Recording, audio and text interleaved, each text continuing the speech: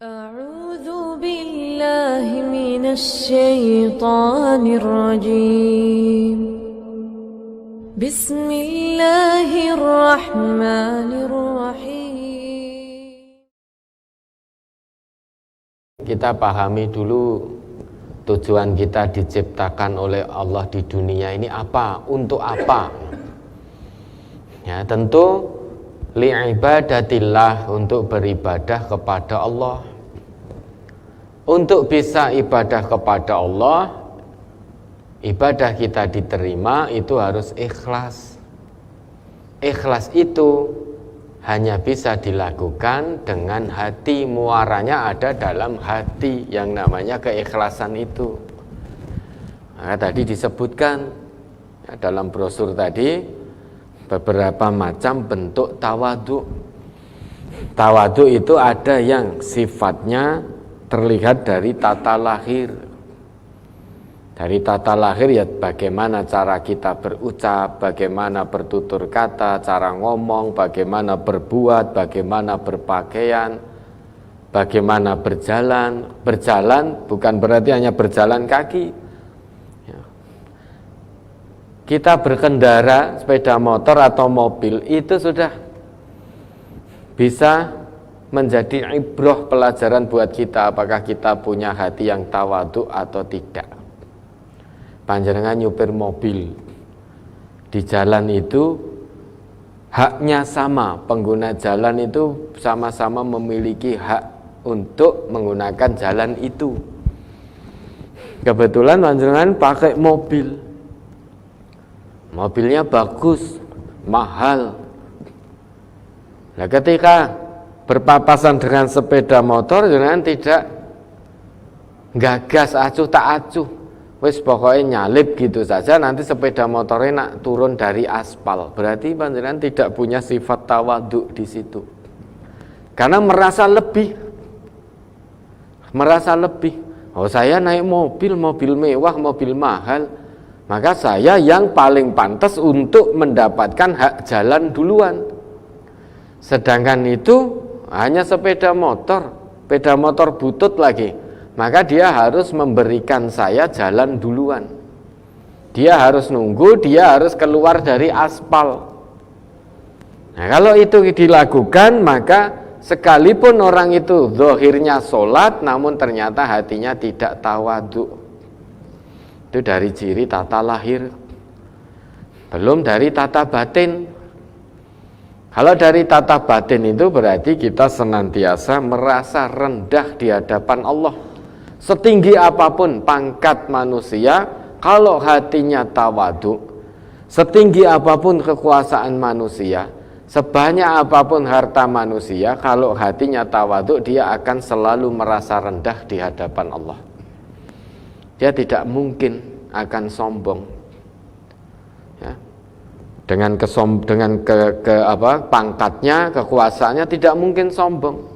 Dengan kekayaannya tidak mungkin sombong, karena hatinya tawadhu, yaitu senantiasa merasa rendah di hadapan Allah. Dia paham bahwa di bawah dia hanya tanah, di atas dia itu hanya Allah. Sehingga tidak mungkin dia akan menyombongkan diri di hadapan Allah, di hadapan manusia, itu tidak mungkin. Nah, dia jalani kehidupan dunia ini dengan hati yang khusyuk, hati yang tawadhu. Lah bagaimana caranya? Memang harus dilatih, dipaksa diri kita. Dipaksa. Yang awalnya mungkin selama ini lisan kita selalu kita gunakan untuk mengucapkan hal-hal yang sombong, ya, merendahkan orang lain, menghina orang lain karena orang lain kebetulan orang miskin, orang fakir. Kemudian lisan kita ucapan yang keluar dari lisan kita itu ada unsur kesombongannya, ngenyek dan lain sebagainya, ya dirubah. Man kana yu'minu billahi wal yaumil akhir falyaqul khairan aw liyasmut. Paksa lisannya untuk diam. Jangan dibiarkan lisannya, mulutnya terbuka. Kalau mulutnya terbuka, yang keluar kalimat-kalimat bernada ngenyek, merendahkan dan lain sebagainya.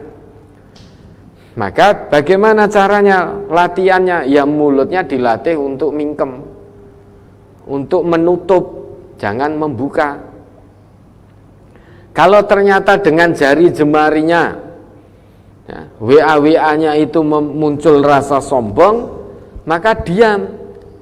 Jarinya jangan ngetik apapun, paksa jarinya untuk diam. Biar tidak muncul kesombongan, tidak muncul fitnahan, tidak muncul ghibah dan lain sebagainya. Sudah diam. Nah, tapi nggak bisa, bagaimana? Wong sukanya juga ngerumpi melalui grup WA. Lah berarti panjenengan belum bisa memaksa diri untuk agar hati bisa tawaduk, karena masih menuruti karep. Harus dilawan memang. Allah tidak akan merubah keadaan satu kaum kecuali kaum itu merubah keadaannya sendiri. Kalau ada manusia yang memang selama ini hidupnya penuh kesombongan karena harta kekayaannya, karena pangkat kekuasaannya, maka dia tidak akan berubah menjadi tawaduk kalau tidak ada keinginan. Nggak ada keinginan untuk berubah.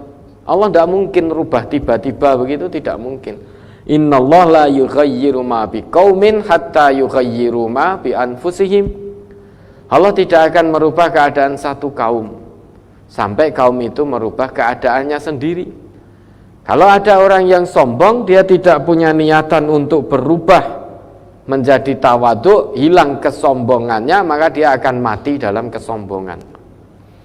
Akan mati, meninggalkan dunia ini dalam kesombongan, menghadap Allah dengan membawa sifat sombong. Sedangkan Nabi kita bersabda, la yadkhulul jannata man kana fi qalbihi misqalu dzarrah min kibrin. Tidak akan masuk surga. Nah, kemana kalau nggak masuk surga? Nah, tentu masuknya neraka. Siapa itu? Orang yang di dalam hatinya ada sifat sombong meski hanya sebesar dzarrah. Dzarrah itu partikel yang sangat kecil. Meski hanya sebesar dzarrah, ada unsur, ada sifat sombong dalam hatinya, jaminan Nabi kita la yadkhulul jannah, tidak akan masuk surga. Memang surga itu ya, sesuatu yang sangat mahal, tidak ternilai, butuh usaha. Nah, termasuk salah satu usahanya sikap kita hidup di dunia ini harus tawadhu. Kalau kita sombong, jangan harap masuk surganya Allah. Punya kekayaan, Allah titipkan, sombong, merendahkan orang lain. Ya. Punya ilmu, sombong, merasa paling bisa, merasa paling tahu, merasa bisa segalanya, sehingga ngayahi semuanya karena merasa bisa segalanya. Padahal Allah tidak titipkan ilmu di situ, tapi merasa bisa segalanya, sombong. Ketika orang lain yang Allah titipkan ilmu betul kepada dirinya, dianggap dia tidak memiliki ilmu itu. Karena apa? Karena kebetulan secara pangkat berada di bawahnya, sombong. Sudah, kalau dengan kekuasaan menyebabkan kita sombong, sudah terlambat. Dulu sudah ada Fir'aun. Fir'aun itu punya kekuasaannya besar sekali sehingga sampai mengaku Tuhan.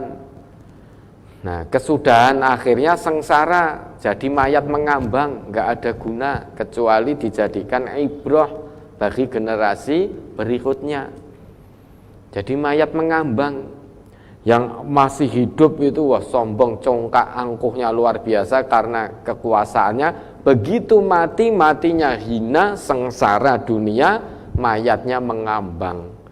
Sampai hari ini dilihat oleh manusia, dijadikan pelajaran. Oh, ini toh orang yang ngaku Tuhan.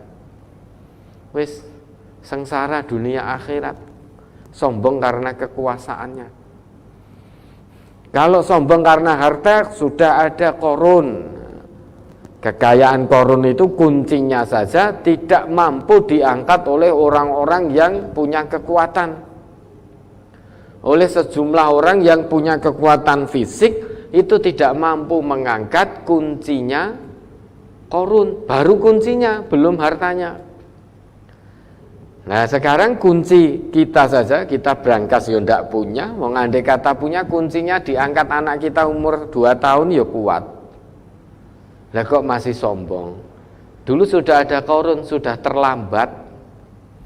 Maka jangan sombong karena harta, sombong karena ilmu. Sudah ada Haman dulu, merasa paling bisa segalanya. Dulu sudah ada Haman, sudah terlambat. Maka bukan orang yang pertama sombong karena kekuasaan, karena kekayaan, karena ilmu. Dulu sudah ada. Hati-hati ya, sombong itu bukan hanya karena bertambah harta saja bisa sombong. Memang orang tanpa iman, hatinya tidak tawadhu, hartanya bertambah, bisa menjadi sombong. Ya, sombong itu bisa dipicu oleh bertambahnya beberapa hal. Pertama bisa karena ziyadatul mal, bertambahnya harta sehingga kekayaannya tambah, melihat orang lain lebih rendah. Tanpa iman tidak ada syukur, yang ada dengan kekayaan yang bertambah dia akan merendahkan orang lain. Bukan hanya tambahnya harta saja, ziyadatul mansib, tambahnya kedudukan, tambahnya pangkat, tambahnya jabatan dalam status sosial masyarakat ataupun dalam satu komunitas, itu juga menyebabkan sombong. Loh aku pimpinan kene, maka merasa paling benar, merasa paling berpengaruh, sehingga ketika melakukan satu kesalahan, penyimpangan dari din, dari agama, ditegur orang yang ada di bawahnya, tidak mau. Tidak mau karena merasa bos, merasa pimpinan, merasa orang yang paling pinter. Nah kalau ada orang semacam ini, kata Allah, dia rugi. Wal asr innal insana lafi khusr. Dia rugi.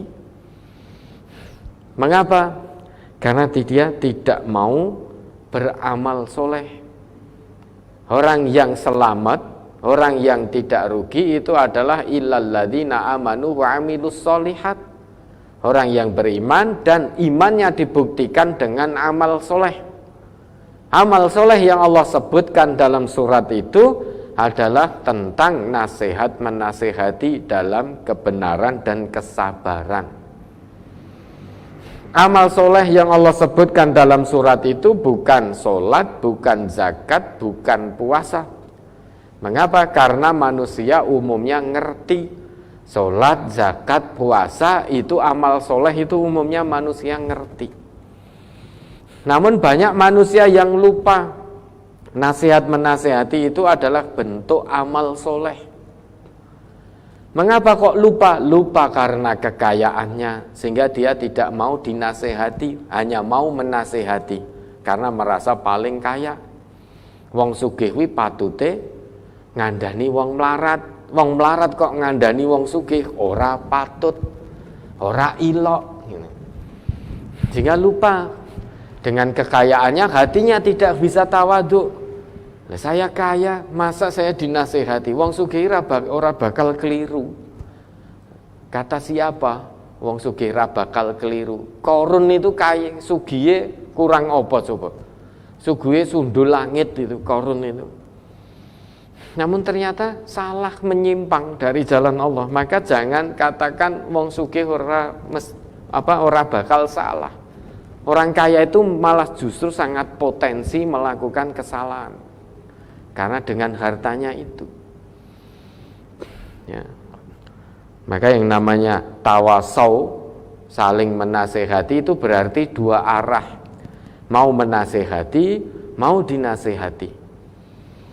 Mau ngandani, mau dikandani, mau meluruskan, mau diluruskan. Apapun pangkatmu, seberapa banyak kekayaanmu, kalau di hatimu ada iman, dan iman tersebut ingin kamu buktikan dengan amal soleh, maka panjenengan pasti taslim, mau dinasehati.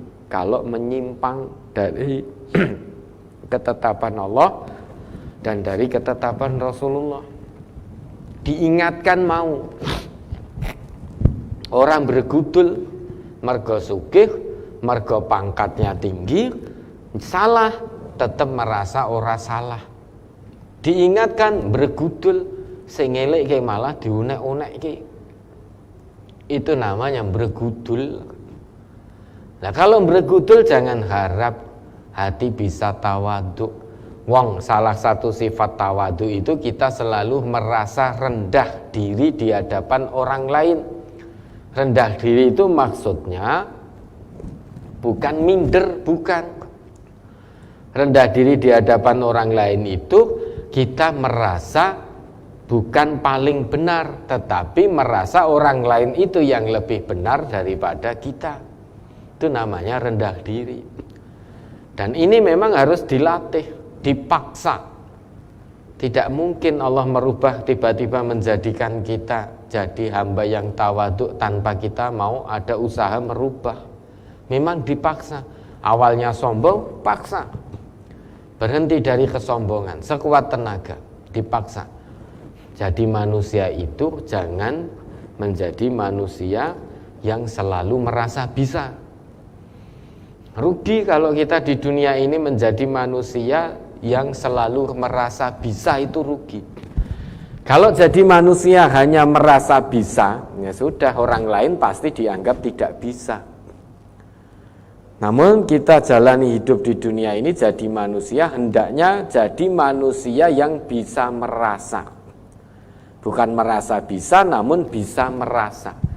Bisa merasa, oh saya ini banyak kekurangan, oh lisan saya masih kotor, masih kasar, oh saya banyak menyakiti saudara saya banyak ghibah, banyak fitnah pada saudara saya. Nah, itu merasa, ya, bisa merasa, bukan merasa bisa. Kalau merasa bisa, nah, sudah, orang lain dianggap tidak bisa. Orang lain selalu akan dianggap di bawahnya. Namun jika bisa merasa, ya, maka kita akan selalu merasa bahwa orang lain lebih baik daripada kita. Itu harus dilatih. Bagaimana kita menghormati orang lain, bagaimana kita menyayangi orang lain, harus dilatih agar hati bisa tawadhu. Maka pahami, yakini tawadhu itu apa? Ya, harus paham dulu tawadhu itu salah satu makna dari khusyuk. Siapa itu orang yang khusyuk? Nah, coba diingat kembali ayatnya itu, Ustaz. Orang yang khusyuk itu siapa? Wa innaha lakabiratun illa 'alal khashi'in alladzina yadunnuna annahum mulaqu rabbihim wa annahum ilaihi raji'un. Itu salah satu definisi khusyuk di dalam Al-Qur'an. Kalau hati panjenengan khusyuk, insyaallah hati panjenengan tawadhu. Melihat di bawah panjenengan hanya tanah, di atas panjenengan hanya Allah. Jasad boleh bersemayam atau boleh melekat di tanah, namun hati senantiasa bertaut dengan Allah yang ada, yang bersemayam di atas ars. Itu tawadhu. Maka diingat kembali Surat Al-Baqarah ayat 45 dan 46. Wasta'inu bis-sabri was-salah wa innaha lakabiratun illa 'alal khashi'in alladzina yazunnuna annahum mulaqu rabbihim wa annahum ilaihi raji'un. Dan mintalah pertolongan kepada Allah dengan sabar dan sholat, dan sesungguhnya yang demikian itu sungguh berat kecuali bagi orang-orang yang khusyuk, yaitu orang-orang yang meyakini bahwa mereka akan menemui Tuhannya dan bahwa mereka akan kembali kepadanya. Salat itu untuk berfungsi, fungsinya sebagaimana yang ditetapkan oleh Allah, itu berat dilakukan. Berat bagi manusia biasa yang hatinya tidak khusyuk. Namun fungsi salat bisa tegak, mudah dilakukan bagi hamba Allah yang hatinya khusyuk. Khusyuk itu apa? Al-khudu' wat tawadhu', itu khusyuk. tunduk dan rendah hati. Nah, orang yang khusyuk itu menurut Allah dalam ayat ini alladzina yadunnuna annahum mulaqu rabbihim wa annahum ilaihi rajiun. Dia sadar betul, yakin betul bahwa suatu saat dia pasti akan menghadap Allah, kembali pulang untuk menemui Allah, mempertanggungjawabkan semua perbuatannya ketika Allah beri kesempatan hidup di dunia. Orang khusyuk yakin betul suatu saat dia akan pulang ke kampung halaman yang abadi. Kampung halaman manusia itu bukan di dunia ini. Kampung halaman manusia itu semuanya sama, yaitu sana di negeri akhirat. Kita dari manusia pertama sampai terakhir, termasuk kita ini, asal muasal kita sama, kampung halaman kita sama. Dan satu saat nanti, hakikatnya saat ini kita sedang antri satu persatu untuk pulang ke kampung halaman yang abadi. Nah, orang yang khusyuk itu yakin bahwa dia akan pulang ke kampung halamannya yang abadi untuk mempertanggungjawabkan perbuatannya. Maka karena dia meyakini itu, fungsi sholatnya dia usahakan untuk tegak setegak-tegaknya, yang tanha 'anil fahsya wal munkar. Memang harus diusahakan, dan usahanya melalui jalan terjal. Tidak bisa kita ongkang-ongkang kaki santai. Untuk memfungsikan sholat kita tidak bisa dengan santai tanpa usaha. Kalau tanpa usaha berarti kita hanya isqatul wajib. Sholat kita hanya sebagai penggugur kewajiban. Karena orang Islam punya kewajiban sholat. Oh, wayai sholat subuh, wayai sholat duhur. Nanti habis sholat duhur menipu lagi, mencuri lagi, korupsi lagi, fitnah lagi, ghibah lagi, sehingga full sholatnya tidak berfungsi. Itu berat, namun mudah dilakukan oleh hamba Allah yang hatinya khusyuk. Khusyuk salah satunya adalah tawadhu. Tawadhu harus diusahakan dari dalam diri kita sendiri, harus dipaksa. Nah, kalau kita tidak mau berbenah, tidak mau memaksa diri, maka hati-hati, bisa jadi kita pulang ke kampung halaman kita nanti dalam keadaan tidak tawadhu. Hati kita tidak khusyuk, hati kita banyak penyakitnya, maka pulang menghadap Allah dengan membawa penyakit hati, na'udzubillah. Ya, latihan-latihannya memang harus dilakukan, ikhlas utamanya untuk bisa tawadhu. Ikhlas itu usaha untuk memurnikan. Kalau murni, jernih itu artinya khalasa, orangnya disebut khalis. Kalau usaha untuk memurnikan itu akhlaso, depannya ditambahi hamzah atau alif tadi. Kalau jernih murni itu kholaso, orangnya disebut kholis. Kalau ada usaha memurnikan, usaha menjernihkan, depan kata kholaso ditambahi hamzah atau alif menjadi akhlaso. Orangnya mukhlis, sifatnya ikhlas. Sifatnya ikhlas, berarti harus ada usaha.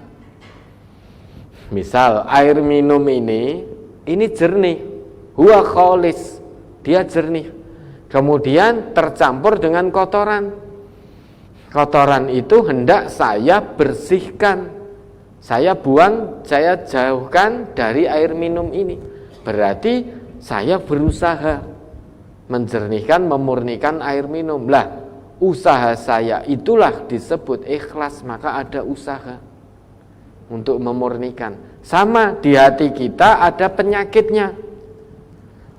Penyakit kita berarti tidak kholis, tidak murni. Tidak murni, maka untuk memurnikan hati, diri kita harus berusaha hilangkan penyakit hati. Nah, ini namanya butuh keikhlasan.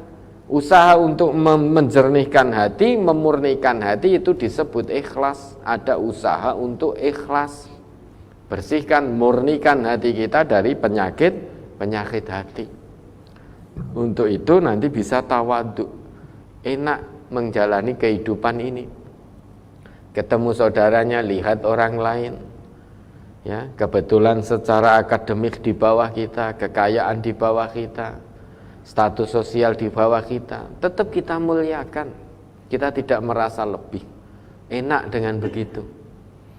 Namun kalau sudah ada sedikit saja sifat sombong, ya, kepada siapapun yang ada di bawah kita, kita akan merendahkan.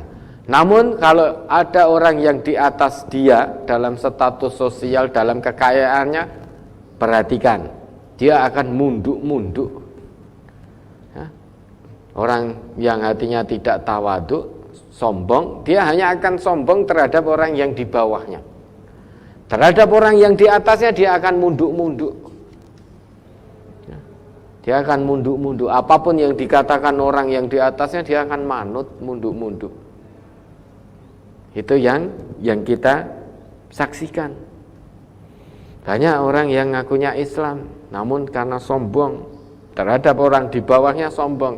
Namun kalau ada orang lain di atasnya, sudah dia bertekuk lutut.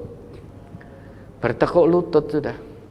Karena sadar, ini orang secara kekayaan di atas saya. Tidak mungkin saya sombong di hadapannya.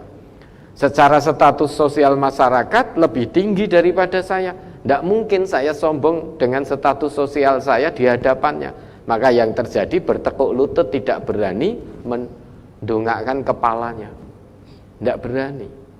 Tapi ketika di hadapan orang di bawahnya, sudah mencereng-mencereng, malangkrik, memandang rendah orang yang di bawahnya. Ketika berada dengan di hadapan orang di atasnya, wis mendelik, rawani ngopo-ngopo. Mau nyuara, mau ngomong saja rawani. Ya, itu yang terjadi. Ya, maka harus dilatih, dipaksa dirinya. Ya, mudah-mudahan bisa dipahami. Ada lagi? Mohon dijelaskan tentang dua macam tawadhu yang ada di brosur halaman 1. Ya, coba dibaca saja, sudah cukup jelas. Ada dua macam tawadhu. 1. Tawadhu kepada Allah dengan tunduk kepadanya sebagai bentuk pengagungan dan cinta kepadanya, taslim kepada agamanya, dan mengikuti kebenaran yang dibawa oleh Rasulullah sallallahu alaihi wasallam. 2. Tawadhu kepada makhluk dengan cara memandang bahwa dirinya lebih rendah dari orang lain dalam berbagai sifat kebaikan. Nah, ya tahu sudah cukup jelas itu.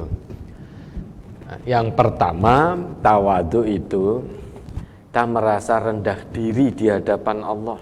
Kita ini makhluk yang sangat lemah, sangat rendah di hadapan Allah.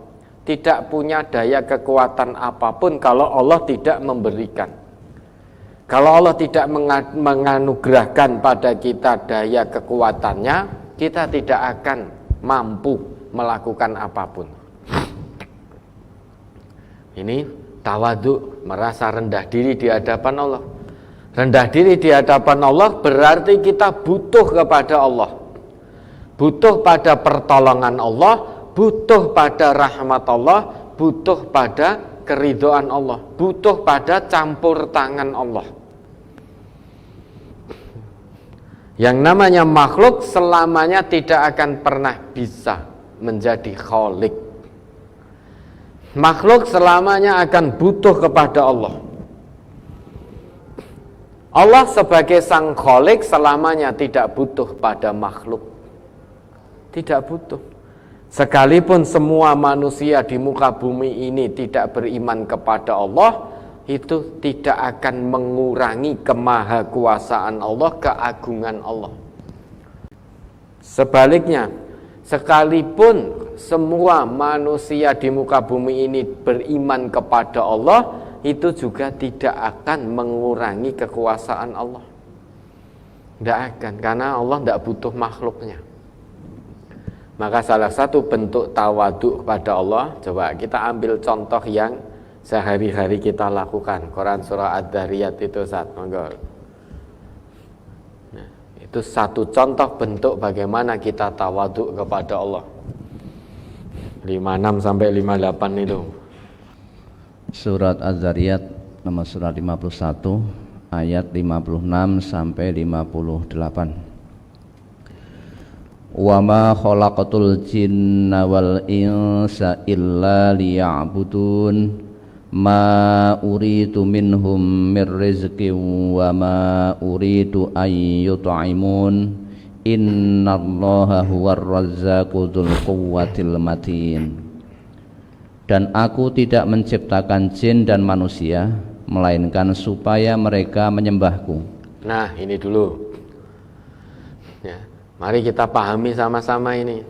Keberadaan kita di dunia ini diciptakan oleh Allah bukan tanpa tujuan. Tujuannya sangat mulia, yaitu apa? Ibadatullah, agar kita tunduk patuh menyembah kepada Allah, merasa rendah di hadapan Allah, merasa hina di hadapan Allah, merasa serba kekurangan, serba terbatas di hadapan Allah. Sehingga jangan sampai kita merasa lebih di hadapan Allah, merasa bisa segalanya.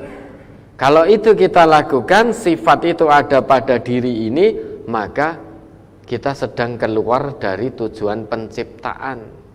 Karena manusia diciptakan itu untuk tawaduk. Tawaduk itu karena salah satu bentuk ibadah adalah tawaduk. Kalau ada manusia sombong, berarti dia sedang keluar dari penciptaannya, dari kemanusiaannya. Meski dia bernafas, hakikatnya di hadapan Allah, di sisi Allah, dia sudah dianggap tidak hidup. Meski di dunia ini masih hidup, masih bernafas, namun di sisi Allah dianggap tidak ada, dianggap tidak hidup. Salah satu tujuan ibadah adalah tawaduk, rendah hati, rendah diri di hadapan Allah. Kalau sombong berarti orang itu sedang keluar dari esensi penciptaannya, dari tujuan penciptaannya. Meski hidup berarti di hadapan Allah dia dianggap sudah tidak hidup. Nah, Allah ciptakan kita di dunia bukan agar Allah mendapatkan rezeki, bukan agar manusia itu memberikan makan kepada Allah, bukan. Sehingga kita merasa bahwa Allah butuh kita, bukan. Nah, kita diciptakan oleh Allah untuk ibadah. Karena Allah itu Ar-Razzaq dzul quwwatil matin. Allah itu sang maha pemberi rezeki yang maha kuat, lagi maha kokoh. Sekalipun manusia itu kafir semua, Allah tetap kokoh, Allah tetap kuat. Nah, kita sebagai makhluk butuh rezeki dari Allah, bukan Allah butuh rezeki dari makhluknya. Maka mari kita jalani kehidupan ini, karena yang punya rezeki itu Allah. Kita tidak akan dapat apapun kalau Allah tidak anugerahkan pada kita. Nah, begitu kok merasa tidak butuh kepada Allah, kita harus tanamkan sifat tawaduk, merasa butuh kepada Allah ya, merasa butuh kepada Allah, butuh segalanya kepada Allah. Nah, untuk mendapatkan pertolongan dari Allah, janjinya Allah, ikuti agama ini secara kafah, jalankan perintah-perintah Allah, perintah Rasulullah secara kafah ya, dari ujung rambut sampai ujung kaki. Sudah, jangan milih-milih ayat, jangan milih-milih ayat, jangan milih-milih hadis. Apa yang menjadi perintah Allah sudah tunaikan dengan maksimal. Apa yang menjadi larangan Allah dan Rasulnya jauhi secara maksimal. Jangan milih-milih. Kalau milih ayat, milih hadis, tidak mau kafah, maka hatinya belum tawaduk, masih merasa tidak merasa rendah di hadapan Allah, karena masih milih-milih ayat, milih hadis itu, merasa masih punya kekuatan. Kalau Allah tidak berikan kekuatan, dia tidak sadar, dia tidak bisa apa-apa. Nah, maka masih milih-milih ayat sampai Allah katakan, wa makana li mu'minin wala mu'minatin idza qadallahu wa rasuluhu amran ayyakuna lahumul khiyaratu min amri. Manusia itu tidak diberi pilihan ketiga. Kalau Allah dan Rasul sudah buat satu ketetapan, kewajiban manusia hanya sam'an wa ta'atan, mendengar dan taat, tidak boleh punya pilihan ketiga, pilihan dari dirinya sendiri. Kalau punya pilihan dari dalam dirinya sendiri, ya berarti hatinya tidak tawaduk, dia sedang bermaksiat kepada Allah dan Rasulnya. Orang yang bermaksiat pada Allah dan Rasulnya pasti tidak selamat. Ya, sedangkan Allah juga perintahkan wa ibadur rahman alladzina yamshuna 'alal ardi hauna. Hidup di dunia ini dengan rendah hati. Itu ciri hamba Allah yang Maha Rahman. Maka ikuti aturan din asilmu ini secara kafah agar hati bisa tawaduk. Itu makna tawaduk di hadapan Allah. Adapun tawaduk di hadapan manusia tadi sudah dijelaskan. Jangan merasa bisa, namun bisa merasa.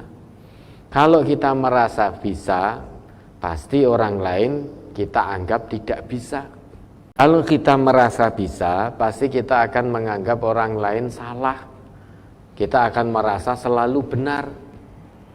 Orang lain akan kita anggap salah terus. Ya, sing bener piye-piyeno, sing bener aku, sing salah kowe. Wes ngantek dina kiamat mergo aku wong sugih, karena saya orang kaya, saya orang punya status sosial yang tinggi, maka saya selamanya benar. Karena kamu orang miskin, status sosialmu rendah, maka selamanya kamu salah. Itu kalau kita merasa bisa. Karena kamu salah, maka patute kowe sing tak kandhani. Pantasnya kamu yang saya nasihati. Kamu jangan memberi saya nasihat karena saya tidak salah. Selamanya tidak salah. Mosok mbok kei nasihat, mosok wong sugih mbok kei nasihat. Masa orang kaya dinasihati orang miskin? Masa orang berkedudukan tinggi dinasihati orang yang tidak punya kedudukan? Masa guru daerah dinasihati orang yang bukan guru daerah? Masa pimpinan yang di perwakilan atau cabang dinasihati oleh warganya? Nah, kalau ini yang terjadi, maka kita tidak tawaduk. Tidak tawaduk karena kedudukan merasa lebih baik. Munculnya sombong, sedang sombong itu batarul haq wa ghamtun nas, menolak kebenaran, merendahkan manusia lainnya. Hanya gara-gara satu kedudukan, hanya gara-gara kekayaan. Sehingga dia merasa selalu benar. Karena merasa selalu benar, maka dia hanya mau menasehati, tidak mungkin mau dinasehati. Karena merasa kaya, dia tidak mau dinasehati orang miskin, hanya mau menasehati. Dia hanya akan mau dinasehati oleh orang yang lebih kaya daripada dirinya. Dia hanya akan mau dinasehati orang yang lebih tinggi kedudukannya daripada dirinya. Dan itu pun belum tentu mau dinasehati.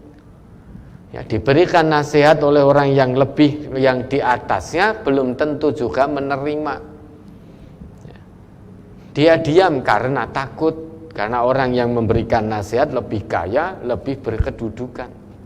Ketika yang memberi nasihat orang di bawahnya, baru satu kata nasihat, orang yang kaya tadi, yang tidak mau dinasihati orang yang di bawahnya, yang memberi nasihat baru satu kata, dia sudah muni-muni kata-kata. Itu yang terjadi. Nah, ini semuanya masalahnya, muaranya ada di hati. Maka Quran itu pertama kali diturunkan oleh Allah, dan Nabi diutus pertama kali untuk menyapa manusia, yaitu menyapa hatinya, menyapa fitrahnya, menyadarkan hati manusia dari kesombongan, keangkuhan. Karena orang sombong itu bukan ciri orang yang punya akhlak mulia. Sedang Rasul diutus ke muka bumi oleh Allah, menurut pengakuan Rasulullah, innama bu'istu liutammima makarimal akhlak. Sesungguhnya aku diutus oleh Allah ini, tujuan utamanya adalah untuk menyempurnakan akhlak yang mulia. Sedangkan tawaduk itu salah satu sikap atau bagian dari akhlak yang mulia.